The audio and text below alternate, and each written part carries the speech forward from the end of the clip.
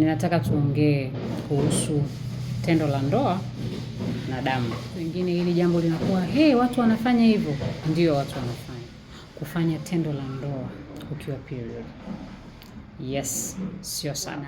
Damu, mtu akiishiwa damu anakufa. That biology. Ndio. Mwanamke anabeba ujauzito, mwanamke anabeba. Tendo la ndoa kwa sababu litakiwa lifanyike kwenye nini? Kwenye ndoa. Na ndoa ni nini? Ni muunganiko wa watu wawili kuwa mwili mmoja. Imani tunasema tendo la ndoa ni tendo la ibada. Kwa nini ibada? Kwa sababu pale kuna nafsi mbili hai. Saizi watu wengi wamekula viapo vya damu kupitia tendo la ndoa na damu. Mwenyezi Mungu inakumbusha kwamba kuna maagano mimi nilifanya na jamaa fulani miaka 7 iliyopita. Ni nafsi imebeba maagano mliokubaliana nayo. Wanaume wanakusema mimi hakiwezi kunikuta, watoto wako wa kike kinaweza kikawakuta. Is about what next baada ya yale makubaliano. Kuna vitu haviko sawa since na nafsi ya mtu ipo somewhere huko ina claim ulichomwahidi. Utakuwa unajiuliza, sasa nimeshafanya na nilikuwa sijui, si ndio? Na ninatakiwa kufanya nini? Madhabahuni kwa Mwenyezi Mungu kutengua viapo vya damu ulivyofanya huko. Kwa hiyo nafsi kila ukitaka kufanya maamuzi, zile nafsi zinamwambia Mwenyezi Mungu, huyu mtu tunamdai. Ukikutana na kaka anakuambia mimi siwezi kuvumilia bwana, siwezi kuvumilia huko period sio nini, mbona ni kawaida, usifanye. So kama huyo mtu hatakaa kuheshimu kila mwezi. Justin, tusemezane. Kuna kitu kikubwa na kinaonekana kama ni cha kawaida lakini sio cha kawaida. Ninataka tuongee kuhusu tendo la ndoa na damu. Yes, kufanya tendo la ndoa ukiwa period. Yes, kuna watu wengine hili jambo linakuwa, watu wanafanya hivyo. Ndio watu wanafanya. Watu hawaheshimu tena period. Ndio watu hawaheshimu period. Na ninataka kuongelea kwenye perspective zote. Yes, kuna watu hawaheshimu period tena, ndio. Na wanawake wengi wamekuwa wahanga wa hili jambo. Mitandao inaonyesha kwamba ni sawa. Sio sawa. Sio sawa kufanya tendo la ndoa ukiwa period. Yes, sio sawa. Na nitaongea na hili jambo kwenye tafsiri ya Kimungu. Kwa sababu I was asking myself mambo mengi sana, na mimi ni mdada. Kwa hiyo ukiongea na wadada wenzako kuna vitu wamepitia kwenye hizo scenarios kwenye maisha, yamewapeleka kufanya hivyo vitu kwa namna moja au nyingine. Na kuna vitu tunabidi tuelezane kwa wote, jinsia zote, ya kiume na kike, kwamba mjue hili jambo si sawa. Yes, sio sawa. Kwa hiyo kwanza tunataka tuelezane taratibu ili tuelewane maana ya damu, nguvu ya damu, maana ya ngono au sex na nguvu yake, na inavyotengeneza madhabahu, na hivyo vitu vinavyokuhunt for your entire life. Yes. Kwanza nataka muelewe kwamba damu ni uhai. Yes. Damu hubeba nafsi. Maana bila damu hakuna maisha. Kwa hiyo inamaanisha kwamba kwenye mambo ya kiimani damu ni nafsi. Tunaposema damu inamaanisha ni uhai wa mtu au mnyama, kwa sababu kusipokuwa na damu hakuna nini? Hakuna uhai. Na pia tunasemaga damu ni nzito kuliko maji. Watu wengi tunahisigi kwamba kwa sababu ni ndugu yangu ndio maana tunasema damu ni nzito kuliko maji, bali uzito wa damu uko kwenye maana ya damu. Kwa sababu kama kusipokuwa na damu, mtu akiishiwa damu anakufa. That biology, si ndio? Yaani kwamba wewe ukiwa hapo umeishiwa damu ndio shughuli yako imeisha, si ndio? Au ndio ile kwamba mtu inabidi aongezewe damu sio, lakini tusipokuwa na damu huna uhai. Maana yake ni nini Kimungu? Maana yake ni kwamba damu hubeba nafsi ya mtu. Damu huweka rekodi kwa sababu ile ni nafsi ya mtu. Na ndio maana kwenye haya mambo mengine ya kafara na nini, ni lazima upeleke damu, kitu chenye damu, ili nafsi ya kile kitu kikupe matokeo. So kwenye biology wanawake hupata period zao kila mwezi. That biology. Na kwenye biology hiyo hiyo inaonyesha mwanamke ni carrier. Mwanamke anabeba ujauzito, mwanamke anabeba, yani mwanamke ni mbebaji, mwanaume ni mtoaji, mwanamke ni mbebaji. That biology. Na ndio maana pia mwanamke kwenye biology anatambulika kwamba kwa sababu ni kiumbe kinachotoa matunda. Nikisema mwanamke ni jinsia ya kike yote, kwenye miti, kwenye nini, yote jinsia ya kike huwa ni carrier. Sawa? So hapa kwenye tendo la ndoa kuna mwanamke ambaye ni carrier na mwanaume ambaye ni mtoaji. Na kuna hii tendo la ndoa kukiwa na damu ambayo ni nafsi. Si ndio? Inamaanisha tunakutanisha sasa nafsi ya mwanamke inayotoka kwenye damu inakutana na huyu mwanaume ambaye yeye anatoa anachokitoa, mwanamke anapokea. Upo? Na vile vile tendo la ndoa hufanya watu tupokee vitu.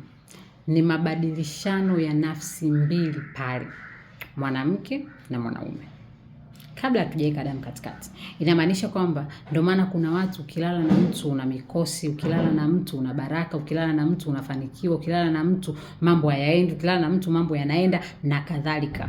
Kwa sababu pale kuna mabadilishano ya vitu wakati kile kitendo kinatokea. Na kuna watu kwenye maisha yenu mmekuwa holded na hivyo vitu, kwamba unaweza kuwa kuna mtu, yani ndio maana kuna watu wengine wanasema ile ni nyota yako bwana, au ni nini. Kwa nini? Kwa sababu kuna mabadilishano. Na kuna watu wengine mmekaa na watu mnaona kabisa mambo yenu hayafanikiwi, yani as long as umekutana tu na ule mtu kimwili, basi mambo yako hayaendi, kwa sababu kuna mabagano mnaoingia kati kutoka nafsi moja kwenda nafsi nyingine. Kwa hiyo ni kama mnaungana sasa, mnakuwa kitu kimoja. Kwa sababu tendo la ndoa linaitwa tendo la ndoa kwa sababu litakiwa lifanyike kwenye nini? Kwenye ndoa. Na ndoa ni nini? Ni muunganiko wa watu wawili kuwa mwili mmoja. So as long as tunafanya tendo la ndoa, wewe mtu mwanamke na mwanaume, inamaanisha tumeungana, tumekuwa kitu hichi kimoja. Kwa hiyo cha kwako ni cha kwangu, kizuri chako ni cha kwangu, kibaya chako ni cha kwangu. Ndio hivyo kinavyokuwa. Umeelewa? Kwa hiyo kwanza tunatakiwa tuelewe kwamba ngono, sex, tendo la ndoa ni maagano. Tunabadilishana kwenye maagano. Maagano lazima yawe na pande mbili ambazo zinakubaliana, ndio maagano yanakuwa. Hamnaga agano la pande moja. Yaani maagano yanakuwa ni pande mbili. Kwa maagano ni yapo kati ya upande wa huku na huku. Then tumekutana, tumekuwa mwili huu, tumekuwa mmoja. So tunaliishi agano la tendo la ndoa. Sasa watu wengi tunajua maana ya ibada, si ndio? Yes, utashangaa kwa nini naongelea tendo la ndoa, naongelea ngono na pia naongelea ibada, kwa sababu nimesema topic ya leo ni kuhusu damu na tendo la ndoa. Yes. Kwa hiyo ibada ni pale ambako binadamu huwasiliana na Mungu. Si ndio? Tunasema hivyo. Lakini pia ibada ni pale ambako binadamu huwasiliana na Mungu na ardhi na mbingu na yani ibada inaweza ikafanyika ya kimungu na ibada inaweza ikafanyika ya kichawi. Yani as long as ni access ya binadamu kupata access ya kuwasiliana na huyo hicho anachokiamini. Anaweza akawa Mungu, anaweza akawa shetani, lakini as long as anafanya ibada. Na kwenye ibada kunakuwa na maagano. Yes, kunakuwa na maagano, kunakuwa na sadaka, kunakuwa na maombi na kadhalika. Sasa hii hapa kwenye tendo la ndoa watu wengi wanasemaga kwenye mambo mengi ya kiimani tunasema tendo la ndoa ni tendo la ibada. Kwa nini ibada? Kwa sababu pale kuna nafsi mbili hai zinazokuwa kwenye makubaliano na zinazotoa sadaka. Yes, zinatoa sadaka. Si mnahongana? Yes, mnafanya makubaliano, si mnaidiana vitu, si maagano yale mnafanya. Si ndio? Na maana watu wengine wanasema mkifanya kitu kile inabidi kama unaomba chochote kinaweza kikawa kupitia kile kitu na kadhalika. Ukitaka kumshika mtu yule inabidi ushirikiane naye ili tendo la ndoa ndio upate. Yote hayo ni kwa sababu tendo la ndoa ni ibada, kwa sababu ndani yake kunakuwa ni nafsi mbili hai zikiwa zinafanya makubaliano, na makubaliano yale yanaweza yakawa ya furaha, mmeridhiana na mkafanya kitu kile ambacho mnabeba maagano kutokana na ahadi mlizozitoa. Na ndio maana kuna ahadi mlizozitoa kwa watu kupitia hicho kitendo mpaka leo zinawatafuna kwenye maisha yenu, kwa sababu ulifanya maagano kupitia ibada ile. Mind you, ibada ni njia ya mawasiliano. So njia ya mawasiliano ni nafsi mbili zilizoridhiana na kuwasiliana. Tunaelewana hapo? Taratibu leo tunaenda ili muelewe ukubwa wa hichi kitu. Sasa kuna hichi kitu tunasemaga kiapo cha damu. Nini maana ya kiapo cha damu? Watu wengi walivyokuaga zamani, ninavyojuaga watu walikuwa unatoboa hapa, mnaunganisha, mnasema ni kiapo cha damu. Sasa hizi watu wengi wamekula viapo vya damu kupitia tendo la ndoa na damu. Yes, kile ni kiapo cha damu kwa sababu damu hubeba nafsi na tendo la ndoa hubeba nafsi. Kwa pale ni nafsi zimekutana na kula kiapo. Chochote kinachokuwa kimekubaliana katika kile kitu, pale inamaanisha ni kiapo cha damu. Bwana, mimi sitakuacha, wewe ni mume wangu, wewe ni mke wangu. Vile ni viapo vya damu kwa sababu kuna nafsi iliyobeba, ambayo ile nafsi ni damu ya yule mwanamke inakuwa imebeba, na damu huweka rekodi. Nendeni mkasome sana tafsiri ya damu kwenye vitabu vyenu vya dini na kadhalika. Damu huweka rekodi, damu huwasilisha. Nyinyi wa Kristo mnakumbuka wakati Cain anamuua ndugu yake, Mungu akasema damu yake imenililia. Inamaanisha damu ni nafsi. Yes, damu ni nafsi ambayo inaweza kuclaim kwenye madhabahu ya Mwenyezi Mungu na kuililia. Kwa hiyo inaweza ikawa nafsi yako umeingia maagano na mtu, inamaanisha yale maagano kuna sehemu ukiwa unaomba uolewe, ukiwa unaomba mtoto, ukiwa unaomba ufanyeje, ile nafsi kule kwa Mwenyezi Mungu inakumbusha kwamba kuna maagano mimi nilifanya na jamaa fulani miaka 7 iliyopita na kusema yule ndo alikuwa mume wangu, au kuna maagano bwana nilifanya na binti fulani. Nafsi ina claim. Ndio maana kuna watu baada ya viapo hivyo vya damu hamja move on. Kuna mambo yenu hayajakaa sawa kwa sababu kuna nafsi bado ina claim kwenye madhabahu ya Mwenyezi Mungu. Hapa ni perspective ya kiimani ilivyo. Kwa sababu wakati mnafanya kile kitu, wakati nafsi hiyo ipo, mnaiona tu ni damu ya kawaida, lakini kwenye swala la imani ni nafsi imebeba maagano mliokubaliana nayo. So unakuwa na maagano kwenye maisha yako, labda with multiple men or with multiple women, kutokana na kushirikiana kile kitu during the period time.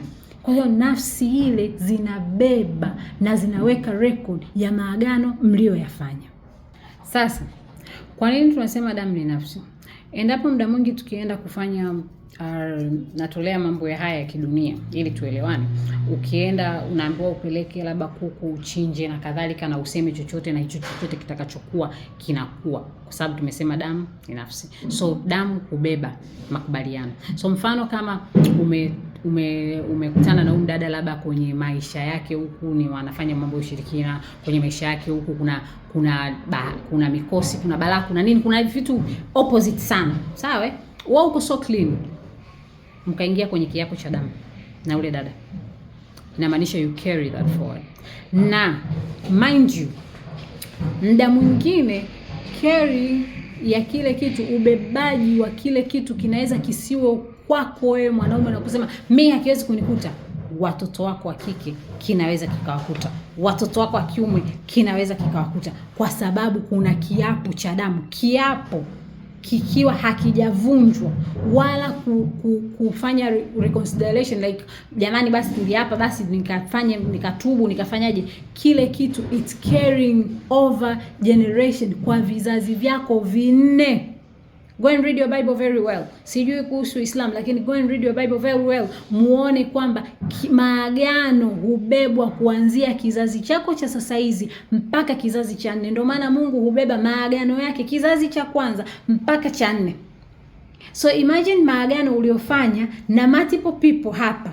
Yale maagano yawe ni mazuri au mabaya, yanabebwa, be carried forward. Kwa hiyo unaweza ukawa sawa, watoto wako siwe sawa, watoto wako wakawa sawa, wajukuu wasiwe sawa, wajukuu wanaweza wakawa sawa, vitukuu visiwe sawa. That is how it goes, kwa sababu kiapo kile cha damu kinaambatana na bloodline. Bloodline yako sio tu watoto uliozaa wewe, ni watoto wa dada yako, watoto wa kaka yako, watoto wa mjomba wako. As long as kuna genetics yoyote ndani yake yenye bloodline yako, as long as uliingia viapo vya damu, inaenda kudestroy kile kitu. Kwa inategemea nini ulichokubaliana nayo. Unategemea, ndio maana kuna watu wengine wanasema wale watu wanawake wao hawaolewi. Unaweza kukuta watu wako vizuri, lakini viapo vya damu vilivyofanyika kwenye madhabahu ya ngono ambayo ilifanyika labda na kaka zao, wajomba zao, nani zao, zimekuwa carried kwao. That is how deep it is. It's not about you kuwa certification. Umepata, umeridhika, umeenjoy, umefanyaje. Is about what next baada ya yale makubaliano. So kitu cha kwanza tumeelewa kwamba damu ni nafsi. Kitu cha pili tumeelewa kabisa kwamba ngono ni maagano. So hivi vitu vyote vinaenda na kitendo la ngono ni ibada. So hivi vitu vyote vina carry forward na maagano yale yanabebwa mpaka vizazi. So next time ukiwa unajaribu kufanya au umeshafanya, unatakiwa tuende taratibu, tuelezane nini unapaswa kufanya ili unasuke kwenye hicho kitu.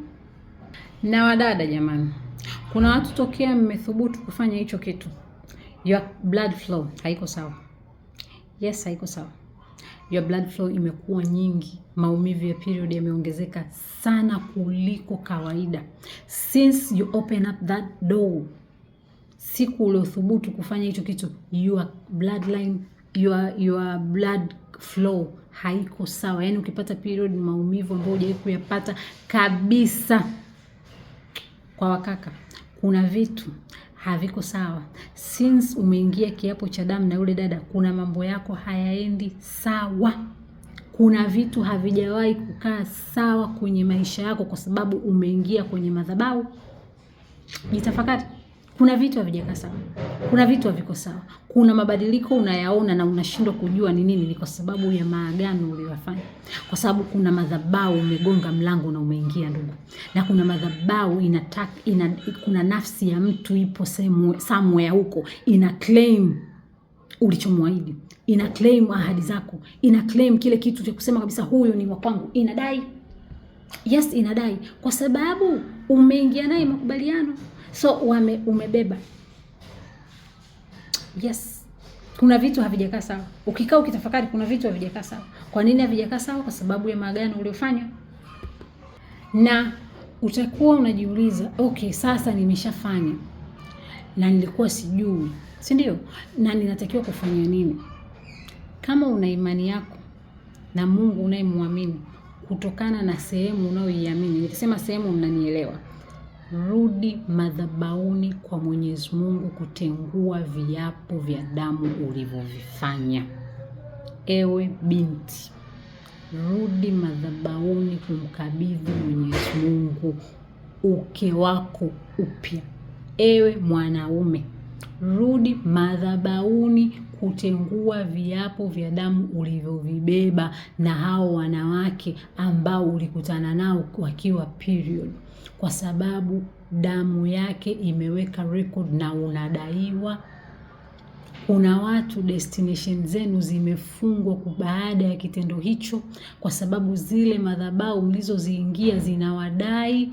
Kuna watu hamjaoa, mko kwenye mahusiano yapo tu, unatamani kuoa, mambo hayaendi, vitu vinaishia mwishoni, unashangaa wanawake wengi. Kwa nini? Kwa sababu kuna sehemu damu hiyo inadaiwa.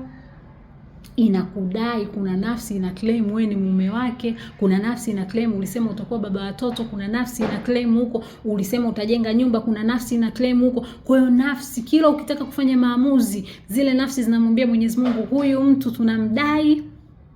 Yes, that is how it works. Umeelewa? Ukitaka kufanya maamuzi ya kuolewa, kuna nafsi inasema huyu dada ni mke wa mtu, alisema kuna sehemu aliweka, kuna ibada alizifanya, zinadai. So ili tusidaiwe, tuwe huru, tuhakikishe tunarudi madhabahuni kwa Mwenyezi Mungu kwa toba, kwa kufunga, kwa kusali, kwa kuomba Mungu atengue viapo vya damu. So it's not about sex tena. It's not about tumekutana tu. It's not about unajua bwana nisipofanya hivi mtu atacheat na mtu, mwache aende akacheat, lakini unachokibeba ni kikubwa. Na ukikutana na kaka anikwambia mimi siwezi kuvumilia bwana, siwezi kuvumilia huko period sio nini, mbona ni kawaida, usifanye. Hakuna ukawaida kwenye hicho kitendo. Hakuna ukawaida kwa mtu kutokuheshimu siku zako. Hakuna ukawaida. Achana na hii mitandao inavyotuonyesha kwamba ni kawaida, mbona wenzako wanafanya, wenzako wanafanya lakini sio wewe. Usikubali. Ndiyo, mnakuwa wenyewe udhalilishwaji wa hicho kitu, kwamba unakaa na mtu hana stara na mwili wako. Kwa nini? Yes, kwa nini? Kwa sababu atatoka kwenda kwa mtu mwingine. Acha atoke kwenda kwa mtu mwingine na maisha yako yaendelee. Muachane na huyo mtu ambaye hawezi kuheshimu, kwa sababu hicho kitu kipo kwenye maisha yako. Imagine saizi una miaka 20 labda, period inaipata kila mwezi, na period labda haikomi mpaka ukiwa na miaka 40 mpaka miaka 50. So kama huyo mtu hatakaa heshimu, hatakaa kuheshimu kila mwezi, hata kaa kuheshimu kila mtu, kwa sababu haita kwamba, yani kama una afya nzuri, tuseme tofauti na mambo ya uzazi na nini, una miaka hapo 20, huyo mtu hata kaa kuheshimu. So kama hawezi kukuheshimu sasa hizi, usitegemee kuna siku atakuheshimu, atasema basi uko period basi nini. No.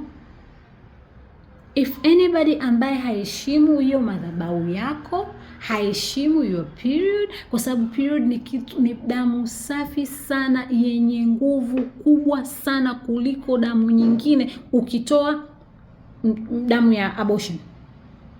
Yes, hiyo ni topic nyingine. Mambo ya kiroho inataka purity.